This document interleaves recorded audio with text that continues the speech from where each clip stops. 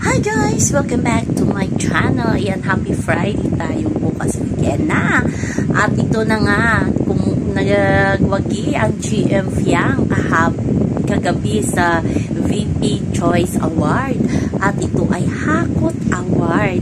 O diba, nakaka-proud ang fandom ni na GM at ni Fiang, ipaglalaban sila hanggang walang hanggan daw, sabi ng kanilang mga fans. So, una, ang nakuhang award ni Fiang is Female of the Year, Artist of the Year.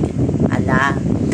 At ito pa, Fandom of the Year, ang GM Fiang. Kaway-kaway dyan sa mga GM Fiang. Ayan, alam ko ang yung paghihirap ng mga pinagdaanan mula sa journey ni na GM at Fiang sa PBB House hanggang matapos at ma-declare na big winner itong si Fiang. Grabe talaga yung bashing sa inyo, lalo na kay Fiang, pero hindi nyo talaga iniwan si Fiang at si GM. Ipinaglalaban at hanggang ngayon na nasa labas na sila ng bahay ay talagang nandyan kayo para sa kanila, para maabot nila ang kanilang mga pangarap. Third, Love Team of the Year at Hall of Fame. O diba, Hall of Fame na ang GM Fiang sa VP Choice Award, hindi na talaga ma-reach ang GM Fiang. So, marami na ang naka-line up na project para sa kanila, yung miniseries nila na talagang director nila si Direk Tudor Buburol, yung sa Section E ba yun na director, at sikat din yun na director ng ABS-CBN, yun ang kanilang maging director sa kanilang mini-series. So, abangan natin yan. Kaya kaway-kaway dyan, Hakot Award, tinalo pa daw ang ibang love team ng GM Fiang. So, abangan natin kasi nga, ang mutya ng Section E pala, sorry.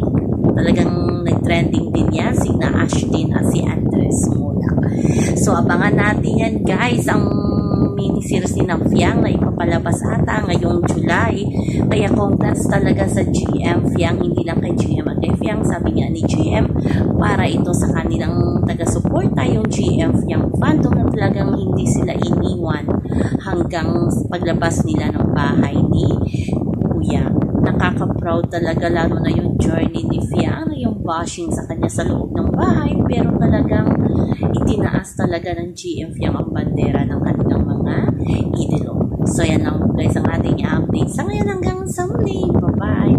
Always remember, huwag po tayong magpaka-stress. Ayan, more awards to come and more projects na talagang napaka-challenging para sa GM Fiang.